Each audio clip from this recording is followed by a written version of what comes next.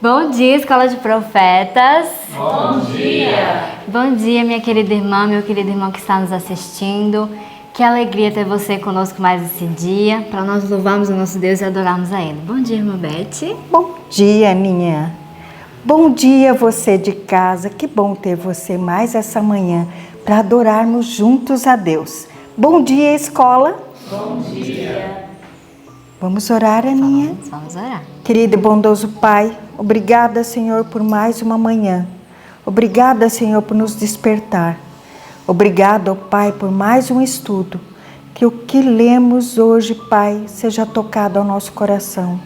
Que possamos levar essa mensagem a outros. Compartilhar esse vídeo, Senhor, para que outras pessoas possam tê-los também, Senhor, a Tua palavra. Senhor Deus, esteja com cada um de nós durante esse dia, nos abençoando. Esteja nos dando, Senhor, o Seu Espírito. Que possamos ser bondosos como Tu nos ensinou, ó Pai. Esteja com cada um de nós. É isso que lhe pedimos e agradecemos em nome de Jesus. Amém. E nada melhor do que começar o nosso dia louvando o nosso Deus, não é mesmo? Neste momento nós iremos entoar ao Senhor o hino 415, Luzes da Aurora. Que a luz do nosso Senhor possa inundar o seu dia e guiá-lo, né? Nesse dia, porque Sim. O Senhor é luz e Ele ilumina os nossos caminhos.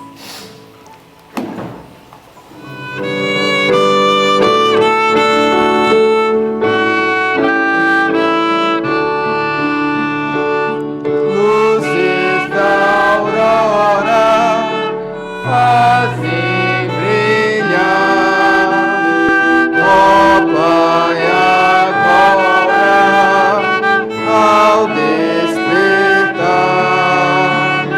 se bem cedinho fazem luzir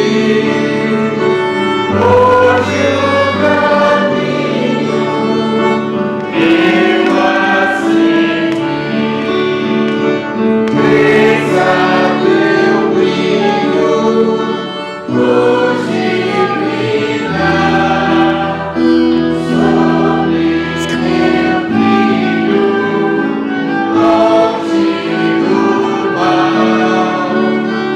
Eu brilho ante teus pés, pois sou teu filho, meu Deus, tu és. Dia após dia, dá-me, Senhor, mais alegria e mais amor. Felicidade,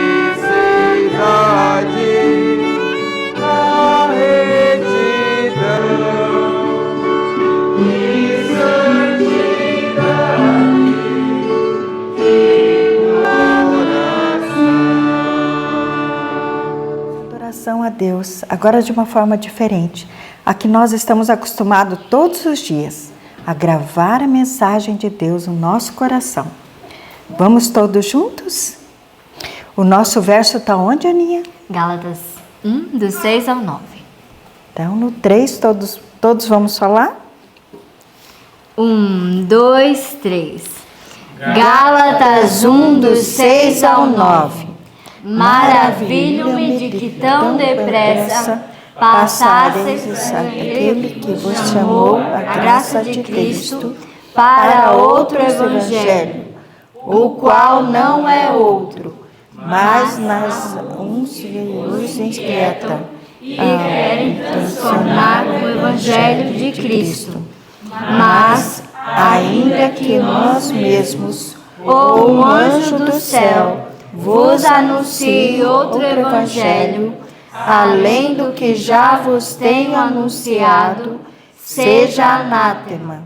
Assim como já vou dissemos, Agora de novo também vou digo. Se alguém vos anunciar outro evangelho, além do que já recebestes, seja anátema.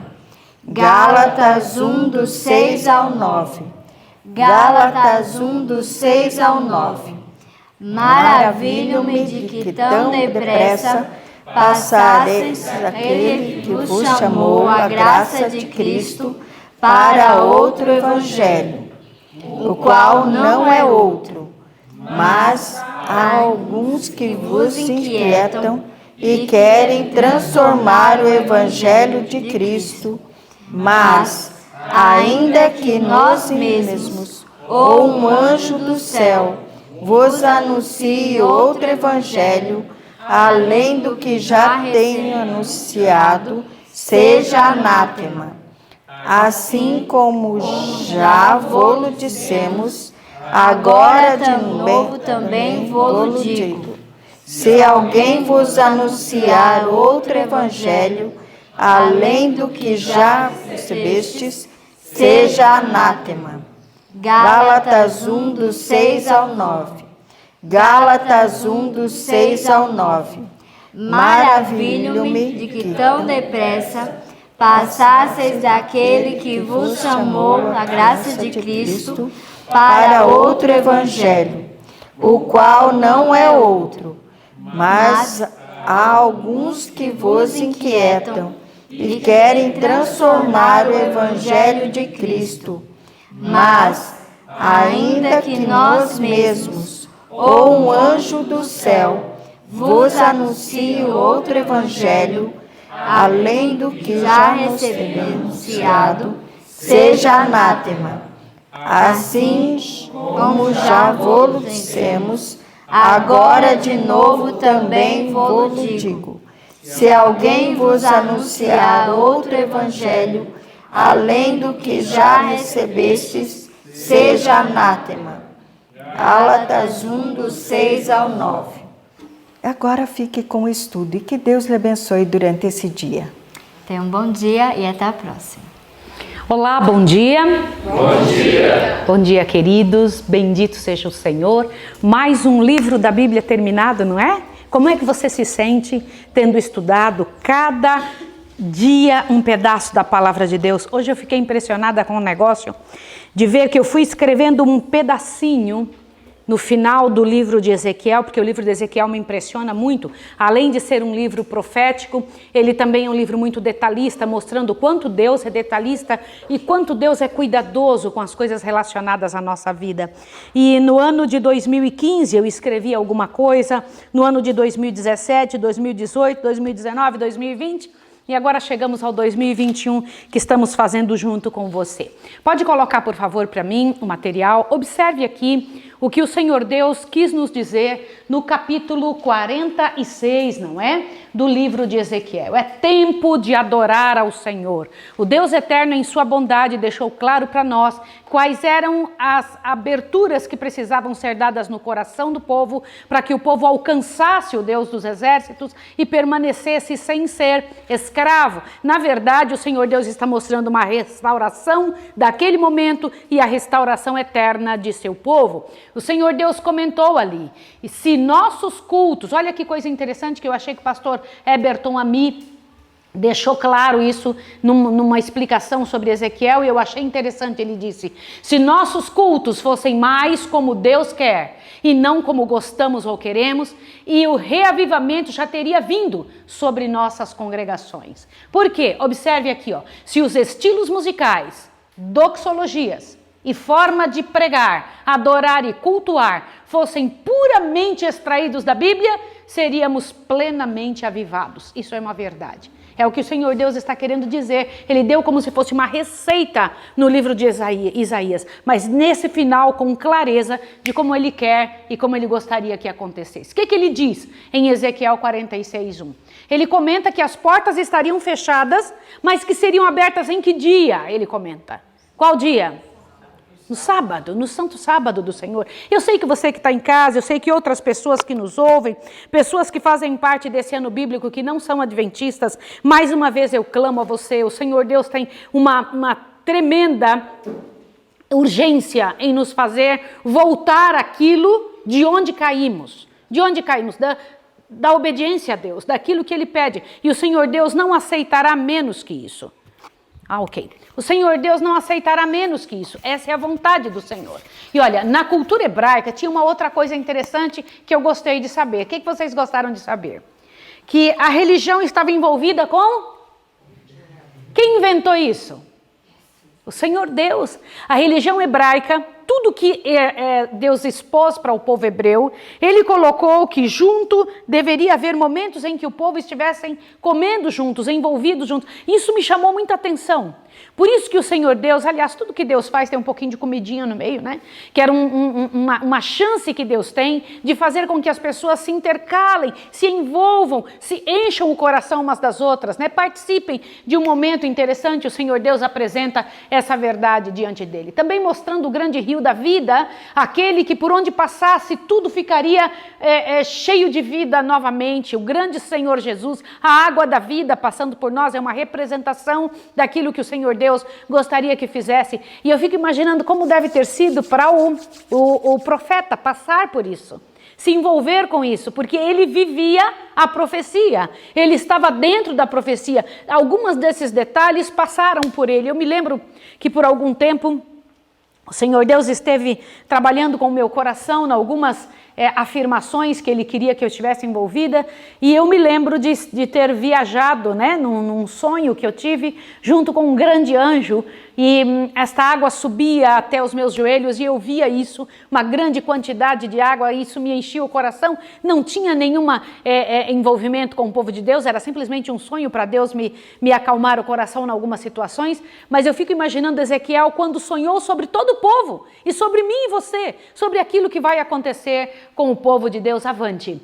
E o Senhor Deus mostrando ali na última parte do livro de Ezequiel, que como é que ele gostaria que fosse esta cidade, né? A cidade de Israel, a cidade de Jerusalém, o seu povo envolvido dentro dessa cidade, né? E quando eles pegam e começam em Isaías 48, vai lá por favor, na última parte de Isaías 48, por favor, o número 35 diz: a distância será 18.000 côvados em redor, e o nome da cidade desde aquele dia será: o Senhor está ali. Vocês querem uma cidade cujo nome seja esse?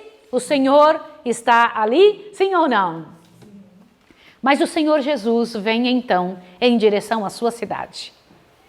O Senhor Jesus vem em direção à cidade de Jerusalém. Eu não queria que vocês imaginassem o capítulo 63 do Desejado de Todas as Nações, o que o Senhor Deus nos disse em São João capítulo 12, do verso 12 em diante, como um momento só que Jesus chegou na porta de Jerusalém e fez isso. Não, foram vários quilômetros, foram vários vales, muitos e muitos espaços e montanhas aonde Jesus passou com aquele jumentinho. Quando eu chegar no céu, eu sei o que eu quero fazer.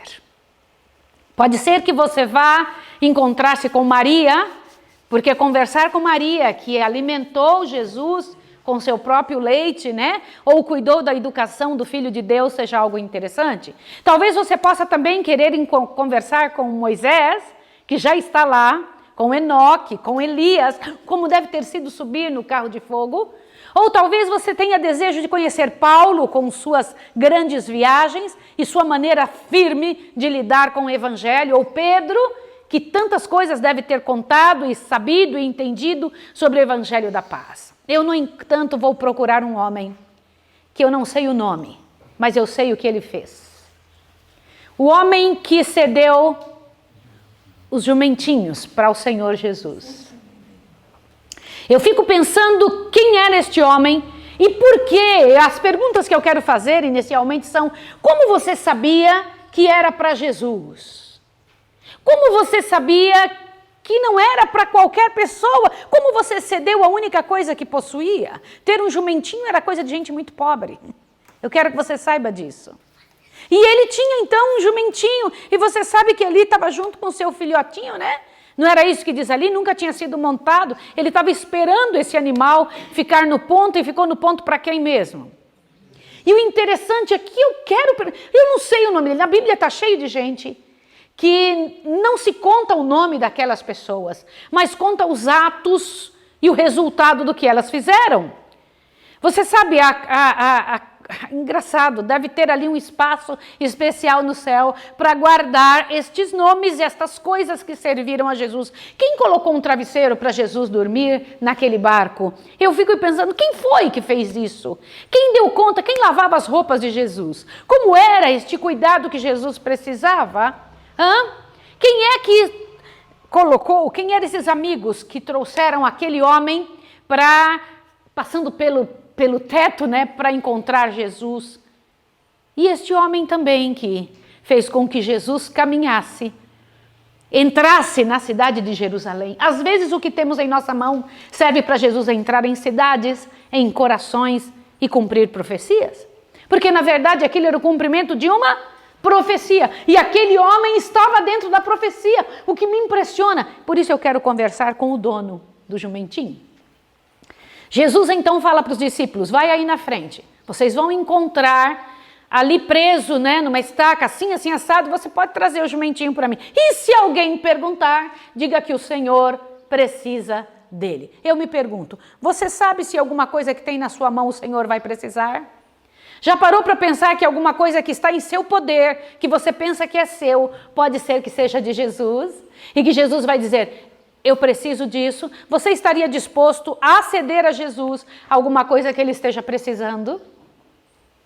Eu imagino que aquele homem só entregou o jumentinho porque todo ele era de Jesus. Porque naturalmente a gente diz, por que você está levando minhas coisas? Quem mandou desamarrar meu bichinho daqui? Não, ele não falou nada. Pelo menos não há registro. Aliás, este é um registro que aparece, raramente um acontecimento da vida de Jesus aparece nos 4 evangelhos. Esse é um dos que aparece nos 4 evangelhos, tá bem?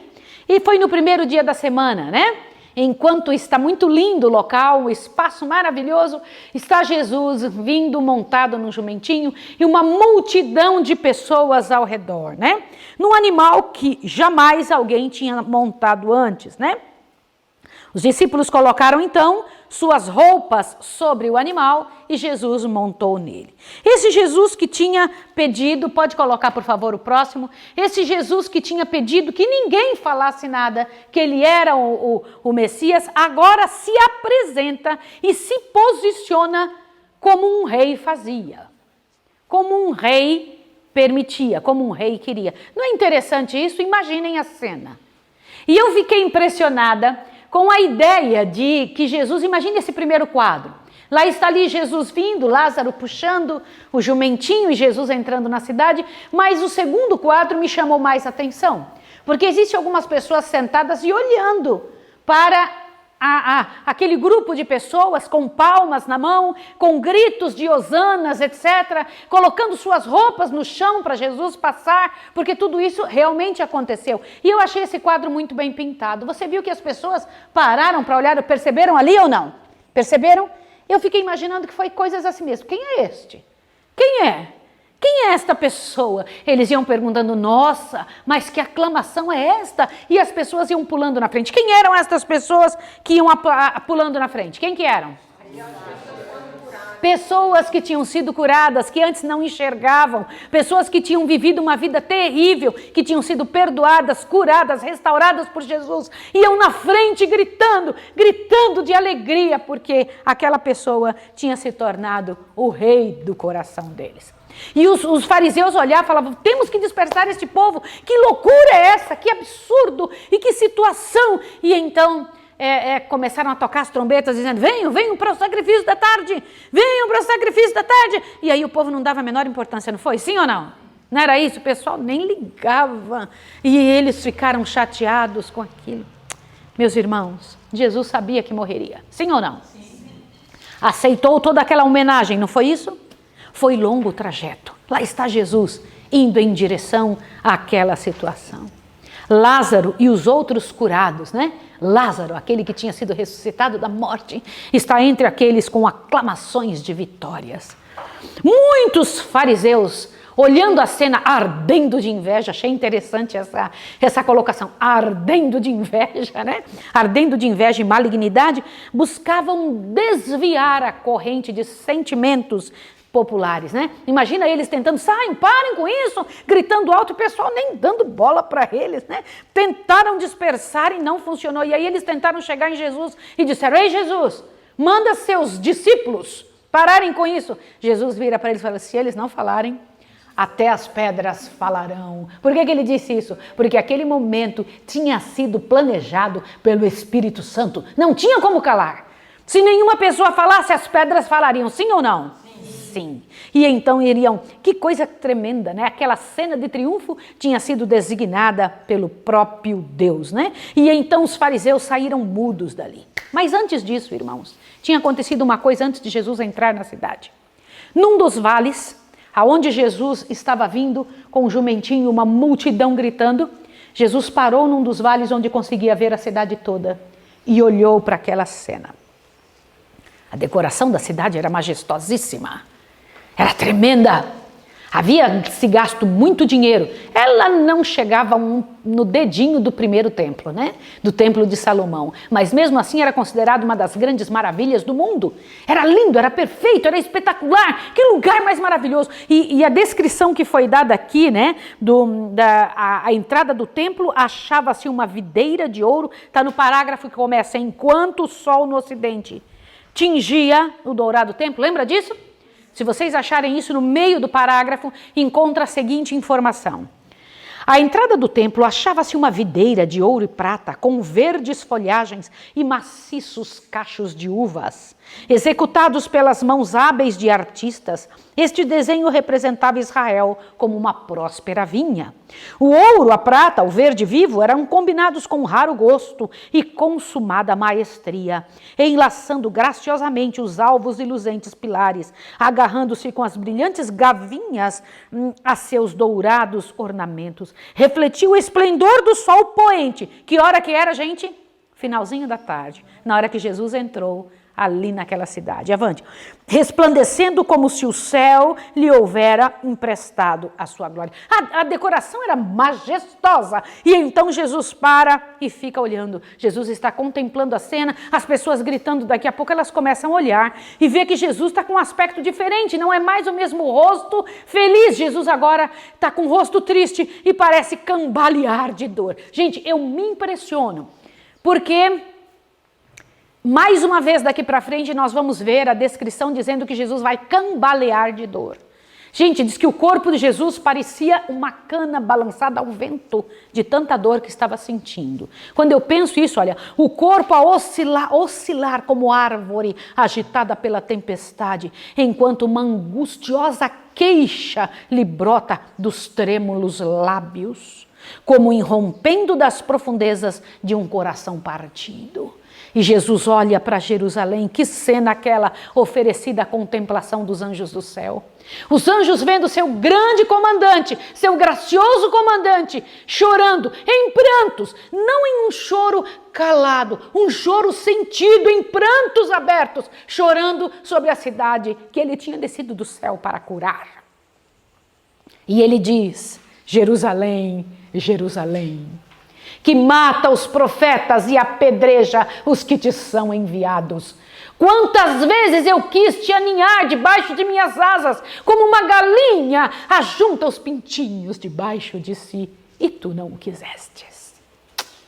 E Jesus via aquela cena, ele não está chorando por ele, por ter sido rejeitado, ele está chorando pelas consequências e o resultado da rejeição. Jesus estava olhando e sabia que tinha alguns minutos ainda, que aquele sol estava vindo, e aquele clamor último, e as pessoas fazem silêncio, olhando e vendo Jesus chorando sobre Jerusalém. Ele olha e disse: o rei de Israel se debulhando em lágrimas, não silenciosas lágrimas, mas num prantos e gemidos de inexprimível angústia. É isso que o Senhor Deus demonstra aqui, e que fala através da linguagem da senhora White. E um sofrimento tremendo diante de Jerusalém. E ele olha, e o que ele vê? Além de ver a cidade, além de ver a beleza, além de ver o sol poente sobre o mármore branco, parecendo ouro polido, a coisa mais linda que ele consegue ver, era muito bonito, mas ele vê o que iria acontecer dentro daquela cidade não muitos dias depois. E quando eu paro para ver, meu Deus do céu, que tristeza. O que ele viu? O parágrafo que começa Cristo veio para salvar Jerusalém com seus filhos. No meio do parágrafo está escrito assim: viu Jerusalém cercada de exércitos, sitiados, habitantes levados à fome e à morte, mães alimentando-se do corpo dos próprios filhos, e tanto pais como filhos arrebatando um ao outro o último pedaço de pão, destruída a afeição natural pelas corrosivas angústias da fome. Viu que a obstinação dos judeus, segundo se evidenciava no rejeitar da salvação por ele oferecida, os levaria também a recusar submissão aos exércitos invasores. Como assim? Irmãos, não existe alguém que se torne insubmisso à lei do céu sem se tornar insubmisso também ao governo ou a qualquer outra lei. Vocês sabiam disso? A insubmissão é um negócio terrível que corrói a vida da pessoa e a pessoa se torna endurecida para qualquer tipo de direcionamento. Jesus viu isso aqui, é isso que aqui está escrito. Viu que a obstinação dos judeus, segundo se evidenciava no rejeitar a salvação por ele oferecida, os levaria também a recusar o quê? O que está escrito aí? Submissão aos exércitos invasores. Contemplou o Calvário, no qual havia de ser erguido, tão densamente coalhado de cruzes como de árvores, uma floresta. Vocês sabiam que foi isso mesmo que aconteceu com Jerusalém? Antes de Jerusalém ser tomada completamente por Tito, haviam mais cruzes por fora de gente, de judeus. Judeus, olha que te assuste agora. Judeus crucificados fora, que não tinha lugar para as pessoas passarem de tantas cruzes. Parecia uma floresta de árvores levantadas. Porque todos que saíam para tentar buscar alimento, eles crucificavam fora. E a quantidade era tão grande de gente que se arriscava por causa da fome, que então eles não sabiam mais o que fazer. Era grande, diz que a quantidade era tão tremenda, que escurecia o caminho, que já não tinha mais espaço para colocar cruzes com pessoas em pé. Agora imagine o espaço e o local fétido que entrava para dentro da cidade, porque isso estava ao redor de toda a cidade de Jerusalém, cruzes levantadas como uma grande floresta de pessoas crucificadas. E Jesus viu isso, Jesus enxergou isso. E eu quero comentar com vocês sobre isso. Jesus enxergou essa situação. E ele estava dizendo, gente, ainda tinha alguns minutinhos. Mas vocês sabem, né? Que Jesus também viu uma outra coisa, uma parte do tempo do que deveria ter sido. Do que deveria ter sido. O que estava previsto para Jerusalém? Gente, veja essa parte aqui, você que está em casa, tem que prestar atenção nisso que eu vou te dizer. Olha o que Jesus diz. Jesus ergueu a mão, aquela mão que tantas vezes beneficiara os enfermos e sofredores, e movendo-a na direção da condenada cidade, em entrecortadas frases de dor, exclamou: ah, se tu soubesses também ao menos, neste dia, o que a tua paz pertence. Te assusta agora, presta atenção. Aí se deteve o Salvador, e deixou por dizer qual seria a condição de Jerusalém, houvesse ela aceito o auxílio que Deus lhe desejava dar, o dom de seu amado Filho. Se Jerusalém houvesse sabido o que era seu privilégio saber e dado ouvidos à luz que o céu lhe enviara, teria permanecido de pé no orgulho de sua prosperidade, rainha de reinos, livre de força do poder dado por seu Deus. Não teria havido soldados armados às suas portas, nem bandeiras romanas tremulando em seus muros. O glorioso destino que felicitara Jerusalém, houvesse ela aceito o Redentor, surgiu aos olhos do Filho de Deus. Viu que por meio dele seria ela curada de seu grave enfermidade, libertada da escravidão e estabelecida como a poderosa metrópole da terra. Vocês sabiam disso? Que essa era a intenção de Deus? Que Jerusalém seria a grande metrópole da terra toda? Se tivessem seguido o que Deus pediu. Assim como nós hoje, como povo de Deus. Se seguirmos o que o Senhor Deus quer, seríamos o povo escolhido, diferente do resto do povo todo na terra. Era isso que o Senhor Deus queria? Olha bem, de suas muralhas partiria a pomba da paz em direção a todas as nações. Seria ela o diadema de glória do mundo. Gente, era essa a intenção de Deus ao levantar Jerusalém no planeta Terra. Era uma representação do que um dia vai ser a Terra toda em comparação ao universo. A metrópole, a capital do todo o universo. Entendem o que é isso? Mas o povo não quis. O povo quis seguir sua própria cabeça, né? Israel tinha sido um povo grandemente favorecido. Muito favorecido. Jesus não estava chorando por si mesmo, né? Estava chorando pela situação do povo a quem viera salvar. Último dia para o povo. Gente, quando eu li isso, me torceu o coração. Não te torceu o coração?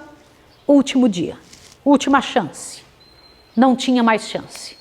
E quando eu paro para pensar sobre isso, me faz tremer o coração, né? Lá estavam os discípulos procurando, sabiam que era a última coisa que iriam fazer para o Senhor Jesus em matéria de profecia. Avante, olha lá o Senhor Jesus chorando, olhando para Jerusalém um pouco mais, e ao olhar aquela cidade, o coração de Jesus partido. Avante, um pouquinho mais. Deixa eu comentar algumas curiosidades sobre este capítulo de hoje. Eu queria que vocês olhassem comigo. Quais são essas curiosidades? Vamos dar uma olhada? Primeiro, este relato aparece aonde? Curiosamente, é algo que o Senhor Deus gostaria que todos soubessem. E não somente isso. Abre bem seu ouvido. Foi algo que chamou a atenção dos 4 escritores. Porque alguns escritores não eram chamados a atenção para alguns outros acontecimentos. Mas esse espetacularmente chamou a atenção dos 4. Quem mais? O jumentinho não tinha sido montado antes por ninguém. A exclusividade das coisas para o Senhor Deus dos exércitos. Terceira curiosidade, o que diz ali? Com essa atitude ele tornou pública a sua aparição como Messias. Ele não se importou. Aquele dia ele queria mesmo que o povo dissesse o que era sua real condição. Depois, a quarta curiosidade, aquilo era o cumprimento de uma profecia que estava em Zacarias, capítulo 9, verso 9. Não era isso? Uma profecia clara do Antigo Testamento. Agora, outra curiosidade. Os reis entravam assim na cidade deles, quando vinham como conquistadores. Interessante, né? Era assim que os reis entravam. Eles vinham sendo aclamados, embora, ao ser aclamados como reis, vitoriosos, tinha atrás de si uma grande quantidade de escravos. Jesus não tinha à frente de si uma grande quantidade de libertos. Que interessante, né? Tudo de Jesus, meus irmãos, é ao contrário, né não? Tudo de Jesus que ele faz, a maneira correta, né? De trabalhar, vinham cantando avante. Olha lá, 6. Ao passar pela porta de Jerusalém, sobe direto ao templo, que espiritualmente é seu palácio. Os reis iam direto para o palácio deles. Jesus foi direto para o palácio, espiritualmente seu palácio. Avante, os mantos eram um ato de homenagem à realeza. Vocês sabem, foi um ato que aconteceu no passado. Lembra que quando eles aclamaram, né? Jeú, lembra disso? Eles tiraram os seus mantos e colocaram para Jeú passar. Lembram? Nós lemos isso no Velho Testamento. Colocar os mantos para Jesus passar era algo que se fazia só para a realeza, tá? É uma outra coisa interessante. O que mais? O verso 8, a curiosidade 8. Somente João diz ramos de palmeiras. Nenhum dos outros 3 comentam que foi palmeira. A gente sabe que realmente foi. Mas isso era um costume que Deus tinha falado lá em Levítico, que toda vez que o povo se alegrasse, pegasse ramos de árvores, independente que fosse palmeiras, e colocasse, então fizesse daquilo o seu momento de festa, né? Era um momento muito especial, né? Deus havia dado essa orientação. E hosanas? O povo gritava, hosanas! Hosana ao Senhor! Sabe o que isso significava? Por que isso especialmente enfureceu os fariseus? Porque isso só se dizia para Deus. A palavra hosana significa aquilo que vocês estão vendo. Senhor, salva-nos, te rogamos. Só para Deus se diz isso. E eles ficaram envolvidos num ódio muito grande. Como que ele aceita isso? Como que ele permite que se diga isso? Para nós, segundo o que os fariseus pensavam, para nós isso é o pior, né? Pior que se pode dizer. No entanto, neste declínio, né, nesse momento, obrigada, pode voltar ao momento em que Jesus está chorando. Volte ali, por favor. Ali, deixe assim. Fique imaginando a cena, meus irmãos, de Jesus, acabou de entrar em Jerusalém, aquelas pessoas cantando e falando, e Jesus já tinha passado este momento, né? O momento de dor e de angústia. Eu quero que vocês prestem atenção nesse final. Pegue aí no seu livro Desejado de Todas as Nações, o parágrafo que começa aos ouvidos dos guias em Jerusalém. Procure, por favor. Eu preciso ler isso com você. Aos ouvidos dos guias em Jerusalém, chegou a notícia de que Jesus se aproxima da cidade com um grande ajuntamento do povo. Mas eles não têm bom acolhimento para oferecer ao Filho de Deus. Puxa, era tudo que precisava. Eles tinham que acolher bem o Filho de Deus para ter mais uma chance, não era? E eles não acolhem. Fala, não, vamos. Que isso? Aí avante, olha bem. Saem-lhe ao encontro com temor, esperando dispersar a turba.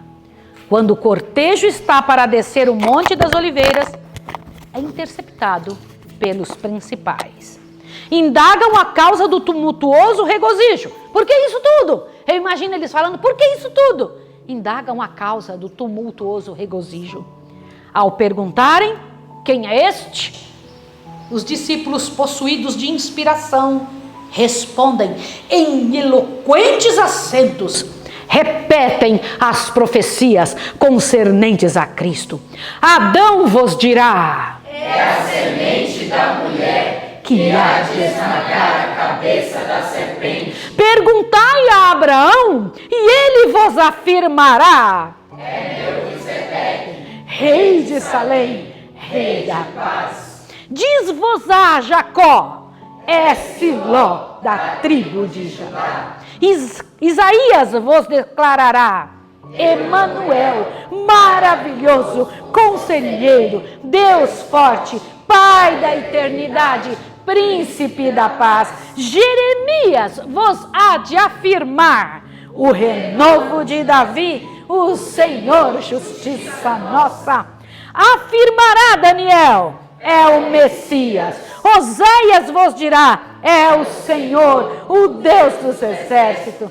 O Senhor é o seu memorial. Exclamará João Batista: eis o Cordeiro de Deus que tira o pecado do mundo. O grande Jeová proclamou de seu trono: este é o meu Filho amado. Nós, seus discípulos, declaramos: este é Jesus, o Messias, o príncipe da vida, o redentor do mundo. Agora, eu vou ter que falar isso aqui sozinho, porque ser humano algum falaria isso. E o príncipe das potestades das trevas o reconhece dizendo: bem sei quem és, o Santo de Deus. Que tremendo. Quando eu paro para pensar nisso, eu fico imaginando que grande deve ter sido esse momento. De agora em diante nós vamos estudar os últimos momentos, os últimos segundos da história de Jesus. Aproxima-se aquilo para o qual Jesus tinha decidido há mais de 4.000 anos, que ele ansiava ardentemente que acontecesse ao vir à Terra. Aproxima-se os momentos mais sérios, e eu queria pedir a você que está em casa que fizesse desses momentos especiais na sua casa. Não deixe que nada atrapalhe você. Vem cá, Rebequinha. Nada atrapalhe você ao estudar esses momentos tão especiais da vida de Jesus. Momentos únicos da vida do Senhor dos Exércitos. Momentos únicos. E eis um momento que o Senhor Deus, na sua misericórdia, espera que nós entendamos como povo. Não é, filha? Vamos estudar os momentos finais da vida de Jesus. O momento em que Jesus vai morrer por nós, filha. Tá bom? Você vai estudar junto com a mamãe? Sim. Vai, né, filha? Sim, e nós filha. vamos pensar a respeito disso, não vamos? Sim. Agora nós vamos ajoelhar e pedir a Deus: Senhor, ajuda-nos a reconhecer Jesus quando Ele estiver vindo para a nossa casa. Tá bom, filha? Então vamos lá. Te amo, filhinha. Limpinho. Em nome de Jesus. Amém. Ajuda-nos a reconhecer quando Jesus estiver vindo. Quando Jesus estiver vindo. E estar do lado certo. Estar do lado certo. Da multidão. Em nome de Jesus. Em nome de Jesus. Amém. Senhor Deus dos exércitos, nós te agradecemos, Senhor. Te agradecemos por sua misericordiosa bondade. Te agradecemos porque eu sei que o Senhor sempre quis o melhor para o seu povo. Sempre desejou o melhor para aqueles que te servem. E a sua vontade, Senhor, era que as coisas chegassem aonde o Senhor planejou, O teu desejo eterno foi que Jerusalém fosse salva inteira, fosse a grande metrópole do planeta Terra. Eu te peço em nome de Jesus que nos ajude como teu povo a conseguirmos entender a tua vontade, a esperar a tua vontade, a decidir a tua vontade, a querer, Pai de amor, que o Senhor entre em nossa casa e ajuda-nos a reconhecermos a Ti. Abençoa essa criança, Senhor, que está sob os nossos cuidados. Abençoa, Senhor, os alunos. Abençoa as pessoas lá no campo. Abençoa esses que estão em casa. Ajuda-nos, Senhor, a vivenciarmos estes próximos dias na misericórdia, no amor e no cuidado de Jesus. Em nome dele rogamos e agradecemos. Amém, Senhor. Deus abençoe e até amanhã. Um abraço. Tchau, tchau.